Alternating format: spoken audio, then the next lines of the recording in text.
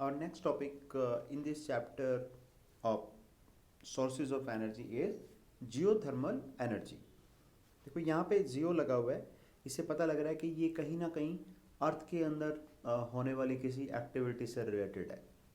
Geothermal energy is heat energy of hot rocks present inside the earth.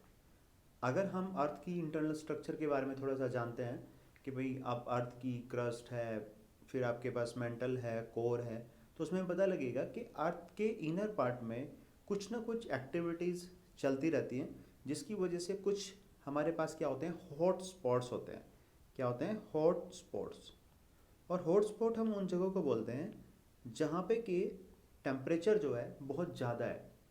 Temperature क्या है? काफ़ी ज़्यादा है. और ये जो हीट है, this heat can be used as a source of energy to produce electricity. जैसे कि आपको लगता है कि वहाँ पे टेम्परेचर बहुत ज़्यादा है, तो उस टेम्परेचर को, या मे भी हो सकता है वहाँ वेपर्स भी हो, क्योंकि हो सकता है उसके आसपास कोई वाटर वाली साइड भी हो, या फिर वाटर हम इंजेक्ट कर सकते हैं. वाटर को हम उस साइड पे इंजेक्ट कर सकते हैं, तो जब हीटेड चीज़ के ऊपर वाटर जाएगा तो क्या होगा? स्टीम बन के उसकी आएगी. Geothermal energy is one of the few sources of energy that do not come directly or indirectly from the solar energy. ये शायद एक अकेला ऐसा सोर्स होगा जिसके अंदर सोलर एनर्जी इन्वॉल्व नहीं है. बिकॉज अर्थ के अंदर क्या हो रहा है, उसमें सन का कोई रोल नहीं है. अर्थ के सरफेस के ऊपर क्या हो रहा है, विंड ब्लो कर रही है, वाटर फ्लो कर रहा है, ठीक है, टाइड्स आ रहे हैं, मतलब उन सब के अंदर सोलर सिस्टम का रोल है, बट जियोथर्मल एनर्जी में नहीं है. Sometimes in your paper MCQ की फॉर्म में ऐसा कोई क्वेश्चन आ सकता है जहाँ पे आपको 4 सोर्सेज ऑफ एनर्जी देगा और पूछेगा कि which one of these is not provided और गिवन बाय सन और सोलर एनर्जी. तो you need to answer that as geothermal energy. The place where very hot rocks occur at same depth below the surface of the earth are called hot spots. ऐसे वाले places जहाँ पे ऐसे वाली rocks हैं जिनका temperature क्या है हमारे पास, बहुत ज़्यादा है, उनको हम बोलते हैं hot spot. And these hot spots are the sources of geothermal energy. यही हॉट स्पॉट हमारे पास किसका काम करते हैं? जियोथर्मल एनर्जी का. बिकॉज हमारा काम क्या है, हमें चाहिए कुछ ना कुछ ऐसी चीज़, या तो हाई स्पीड से चलता हुआ वाटर हो, या हाई स्पीड से ब्लो करती हुई विंड हो, या फिर हाई स्पीड की वाटर वेपर हो, या फिर जैसे कि जियो उसमें हमने देखा था ओशियन थर्मल एनर्जी वाले में कि अमोनिया की वेपर्स हों, या फिर आपके पास जो CFCs होते हैं, क्लोरोफ्लोरोकार्बन्स, या फिर उनकी वेपर्स हों आपके पास, जो टर्बाइन को आपकी रोटेट करा सके और जिससे इलेक्ट्रिसिटी आपकी प्रोड्यूस हो सके जनरेटर के अंदर. अब हम देखते हैं कि प्रोसेस क्या है, जियोथर्मल एनर्जी हार्नेस कैसे की जाती है. हार्नेस में कलेक्ट कैसे करी जाती है अपनी फॉर्म से, जिस फॉर्म में वो है, और हमें लेके आने उस फॉर्म में जिससे कि हम यूज़ कर सकें उसको. और हम किस फॉर्म में यूज़ कर सकते हैं उसको? हम उसे यूज़ कर सकते हैं इलेक्ट्रिसिटी की फॉर्म में. The extremely hot rocks present below the surface of earth, below the surface of earth heat the underground water and turn it into steam.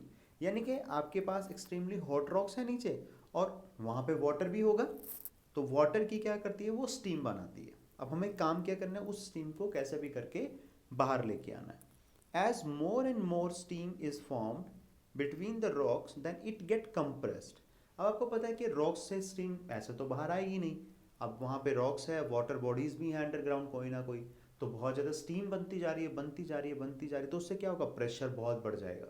और अगर प्रेशर बढ़ता जाएगा वहाँ पे, तो कंप्रेस हो जाएगी वो जो स्टीम है हमारे पास, उसका प्रेशर बहुत ज़्यादा हो जाएगा. A hole is drilled into the earth.